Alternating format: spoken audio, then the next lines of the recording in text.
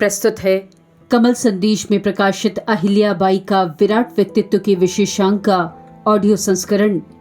शीर्षक है अहिल्याबाई एक आदर्श राजनीतिज्ञ। लेखिका हैं दिल्ली विश्वविद्यालय में राजनीति शास्त्र विभागाध्यक्ष रेखा सक्सेना।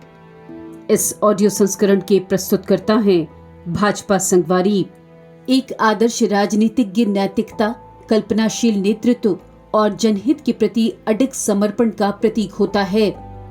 वो लोकतांत्रिक आदर्शों और सामाजिक प्रगति के संरक्षक के रूप में कार्य करता है। उनके व्यक्तित्व का केंद्र बिंदु नैतिक आचरण के प्रति सच्ची प्रतिबद्धता होती है, जो ईमानदारी, खुलेपन और जिम्मेदारी से परिभाषित होती है। ऐसे लोग आम भलाई को व्यक्तिगत या राजनीतिक हितों से ऊपर रखते हैं और समाज के व्यापक कल्याण के लिए कठिन निर्णय लेने का नैतिक साहस प्रदर्शित करते हैं। उनका नेतृत्व एक प्रगतिशील दृष्टिकोण से परिपूर्ण होता है, जो सतत और समावेशी विकास को लक्षित करता है। इसके अलावा ऐसे नेता परेशानियों के समय व्यवहारिकता और साहस के साथ स्थितियों का सामना करने में सक्षम होते हैं। वे इंसाफ के प्रति निरंतर समर्पण प्रदर्शित करते हैं और भ्रष्टाचार, अत्याचार और असमानता का निर्भीकता और मजबूती से विरोध करते हैं। उनकी लचीलेपन और विश्लेषणात्मक की क्षमता उन्हें जटिल सामाजिक, आर्थिक और राजनीतिक चुनौतियों से निपटने में सक्षम बनाती है और वे इस मामले को हल करने के लिए अक्सर विशेषज्ञों की सलाह को भी स्वीकार करते हैं। इसके अतिरिक्त उनकी सरकार कानून के शासन के पालन सहित लोकतांत्रिक सिद्धांतों के प्रति प्रतिबद्धता प्रदर्शित करती है। ऐसा ही एक आदर्श उदाहरण राजनीतिज्ञ लोकमाता अहिल्याबाई होलकर थीं। पवित्र और शाश्वत धर्म भूमि भारत हमेशा प्रेरणा के स्रोतों से भरपूर रहा है। महारानी अहिल्याबाई होलकर एक विशिष्ट और पराक्रमी महिला थीं।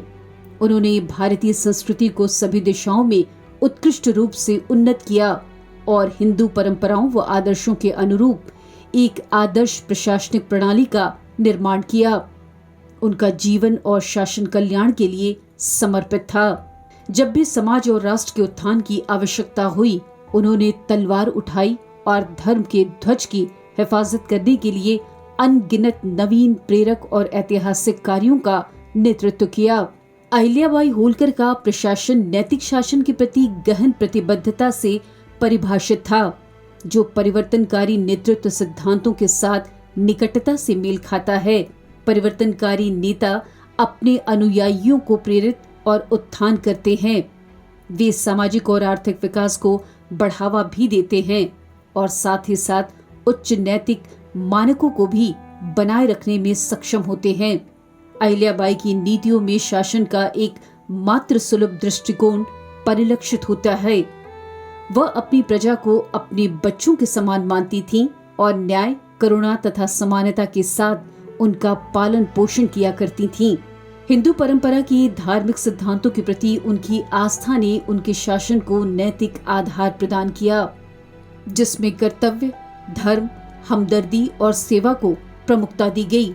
कोई भी केवल कल्पना ही कर सकता है उस स्त्री के दुख व पीड़ा व मानसिक स्थिति की, जिसने लगातार अंतराल पर एक के बाद एक अपने पति, ससुर और पुत्र को खोने का दुख सहा हो। फिर भी महारानी अहिल्याबाई ने न तो भाग्य के आगे समर्पण किया और न ही परिस्थितियों के सामने हार मानी। या हम ये कह सकते हैं कि महारानी अहिल्याबाई ने भाग्य या परिस्थितियों के आगे घुटने नहीं टेके। 11 दिसंबर 1767 को शासन की बागडोर संभालते हुए उन्होंने मालवा के निवासियों को अपने बच्चों के समान अपनाया। कुछ ही समय में उनकी विशेषता लोकप्रिय होकर पूरे राज्य में फैल गई। जिन्होंने मालवा पर कब्जा करने की इच्छा जताई और उसकी स्थिति का लाभ उठाने की कोशिश की, उन्हें असफलता का सामना करना पड़ा। अपने देश और उनकी जनता को बचाने के लिए उन्होंने न केवल हथियार उठाए, बल्कि कई संघर्ष और युद्ध के मैदानों में अपनी सेनाओं का कुशलता पूर्वक नेतृत्व भी किया। उनके नेतृत्व ने राजनीतिक वैधता के महत्व को प्रदर्शित किया, जिससे उन्होंने केवल अपने वंश से ही नहीं, बल्कि प्रभावी शासन और अपने समकालीनों के बीच सम्मान अर्जित करने की क्षमता से प्राप्त किया। अपनी प्रजा को अपने बच्चों के रूप में मानते हुए धर्म के सिद्धांतों को अपनाते हुए उन्होंने एक नैतिक और राजनीतिक पहचान बनाई जो जनता के साथ गहराई से जुड़ती चली गई। अहिल्याबाई ने संघर्ष, समाधान और कूटनीति में उल्लेखनीय प्रदर्शन किया।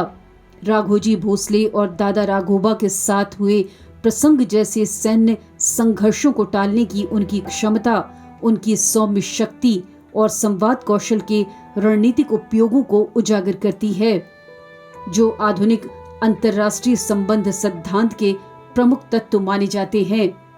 विरोधियों के साथ उनका प्रभावशाली पत्राचार और उनकी अंतरात्मा को संबोधित करते हुए किए गए आग्रह उनकी रचनात्मक कूटनीति पर निर्भरता को दर्शाते हैं, जिसमें नैतिक तर्क का उपयोग शांतिपूर्ण समाधान प्राप्त करने के लिए किया जाता था।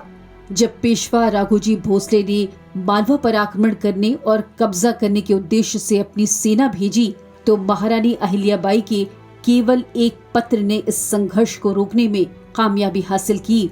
उनके पत्र ने पेशवा की सोती हुई अंतरात्मा को जागृत किया और पेशवा ने उनके राज्य की सुरक्षा का संकल्प लिया। पत्र के प्रत्येक शब्द ने तेज तीर की तरह उनके हृदय को छलनी कर दिया, जिससे वह युद्ध की तैयारियों को त्यागने के लिए विवश हो गए। अहिल्याबाई का दादा राघोबा को दिया गया उत्तर साधारण वीरता व साहस, रणनीति, बुद्धिमत्ता को दर्शाता था। उन्होंने चेतावनी दी कि एक महिला से संघर्ष करना उसकी प्रतिष्ठा को सम्मान से ज्यादा नुकसान पहुंचा सकता है। अपनी दुर्बलता की धारणा को पहचानते हुए उन्होंने उसे चेताया कि युद्ध भूमि की वास्तविकता उनके साहस और दृढ़ संकल्प को उजागर कर देगी। उन्होंने उसकी विरासत पर संभावित खतरे को उजागर किया, ये तर्क देते हुए कि जहां उसकी हार शब्द भुला दी जाएगी या अप्रकाशित रह जाए, वहीं उसकी विफलता उपहास को जन्म देगी और उसकी प्रतिष्ठा को गहरा आघात पहुंचेगा। पक्के और मजबूत आत्मविश्वास के साथ उन्होंने घोषणा की कि वह महिला सैनिक के दल के साथ उनका सामना करने के लिए पूर्णतः तैयार हैं और साथ ही सूझबूझ के साथ उन्हें सम्मान पूर्वक पीछे हटने का सुझाव भी दिया, ताकि उनकी गरिमा बनी रहे।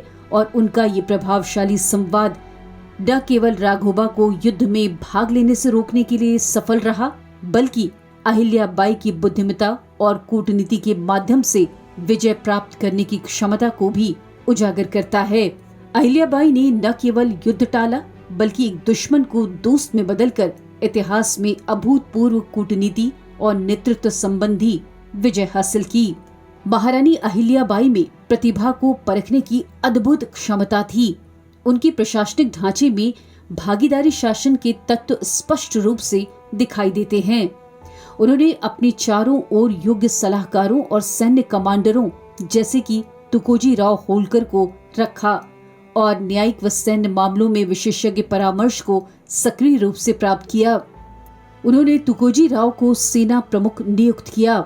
वे सेना प्रमुख पर ज्यादा भरोसा किया करती थीं और तुकोजी राव ने भी पूर्ण समर्पण और सम्मान के साथ उनकी सेवा की। उनके शासन सुधार में वंचित वर्गों को प्राथमिकता दी गई, कर प्रणाली में सुधार किया गया और औद्योगिक विकास के माध्यम से आर्थिक आत्मनिर्भरता को बढ़ावा दिया गया। ये प्रयास विकासशील राज्य सिद्धांत के सिद्धांतों के समांतर, जो आर्थिक और सामाजिक प्रगति के लिए राज्य नेतृत्व वाली पहलों का समर्थन करता है। अहिल्याबाई के नेतृत्व की एक प्रमुख विशेषता और संरचनात्मकता विकास पर उनका विशेष ध्यान था, जिसे सार्वजनिक वस्तु सिद्धांत यानी कि पब्लिक गुड थ्योरी के दृष्टिकोण से समझा जा सकता है। उनके शासनकाल में सड़कों, कुओं, तालाबों, मंदिरों और शैक्षणिक संस्थानों का निर्माण हुआ, जो जन कल्याण को बढ़ावा देने के उद्देश्य से किए गए थे। ये पहल गैर बहिष्करणीय और गैर प्रतिस्पर्धी लाभों के प्रावधान का उदाहरण प्रस्तुत करती है, जो समावेशी विकास के प्रति उनकी प्रतिबद्धता को भी दर्शाती है। महारानी अहिल्याबाई का माहेश्वर को अपनी राजधानी के रूप में चुनने का निर्णय काशी विश्वनाथ मंदिर का पुनर्निर्माण और पुनर्स्थापना, जो हिंदू गर्व और सनातन संस्कृति का प्रतीक है, तथा उनकी अनेक परोपकारी जन कल्याणकारी पहलकदमियां, इन सभी ने उनके दूरदर्शी नेतृत्व व अपनी प्रजा के साथ गहरी मोहब्बत और कर्तव्य के प्रति उनकी अटूट निष्ठा को प्रदर्शित किया। अहिल्याबाई द्वारा राम राज्य के न्याय सिद्धांतों का पालन और अपनी प्रजा के प्रति उनका समान व निष्पक्ष व्यवहार विधि के शासन यानी रूल ऑफ लॉ के प्रति उनकी प्रतिबद्धता को दर्शाता है। उन्होंने बिना किसी पक्षपात के न्याय को बनाए रखा, जिससे ऐसा वातावरण विकसित हुआ जहां व्यक्तियों के अधिकारों की रक्षा सुनिश्चित की गई थी। अपने शासनकाल के दौरान महारानी अहिल्याबाई ने कई निर्माण परियोजनाएं शुरू की। उन्होंने नए मंदिरों का निर्माण कराया, प्राचीन मंदिरों की मरम्मत कराई, कुएं, तालाब और बावड़ियों का निर्माण करवाया, सड़कों का निर्माण, राजमार्गों का पुनर्निर्माण करवाया। उन्होंने जरूरतमंदों के लिए खाद्य वितरण केंद्र, प्यासों के लिए पियाऊ, यात्रियों के लिए धर्मशालाएं स्थापित की। उन्होंने मंदिरों में अध्ययन, चिंतन और ग्रंथों के प्रचार प्रसार के लिए विद्वानों और ज्ञानी पुरोहितों को नियुक्त किया। उनकी शासन शैली और साहस ने अन्य नेताओं को भी लगातार प्रेरित किया, जिसमें झांसी की रानी लक्ष्मीबाई का नाम प्रमुखता से आता है। विधवा होने और अपने कर्तव्यों का एकाकी रूप से निर्वहन करने के बावजूद अहिल्याबाई ने कुशलता से अपने राज्य का संचालन किया और सिर्फ संचालन ही नहीं किया बल्कि उसके क्षेत्र का विस्तार भी किया और उत्कृष्ट प्रशासन प्रदान किया। वह प्रत्येक प्रशासक के लिए एक आदर्श मिसाल प्रस्तुत करती हैं। उन्होंने किसान के प्रति गहरी संवेदना व्यक्त की और अपनी प्रजा को मातृ सुलभ देखभाल और समर्पण से संवारते हुए अपने राज्य की समृद्धि और कल्याण को सुनिश्चित किया। उन्होंने संसाधनों और अवसरों के न्याय संगत वितरण को सुनिश्चित किया तथा ऐसा शासन मॉडल प्रस्तुत किया जो अपनी प्रजा के सामूहिक हित को केंद्र में रखता था। उनका शासन मॉडल भविष्य के नेताओं, विशेष रूप से झांसी की रानी लक्ष्मीबाई सहित अन्य नेताओं के लिए प्रेरणा बना और आज भी आदर्श राजनीतिक नेतृत्व का एक स्थायी उदाहरण प्रस्तुत करता है। अहिल्याबाई ने न केवल अपने राज्य का सफल संचालन किया बल्कि उनकी सीमाओं का विस्तार भी किया। उन्होंने किसानों के हित का विशेष ध्यान रखा और अपनी प्रजा के कल्याण के लिए मातृत्व भाव से कार्य किया। उनकी शासन पद्धति ने भविष्य के नेताओं को प्रेरणा दी और आज भी आदर्श नेतृत्व का उदाहरण प्रस्तुत करती है।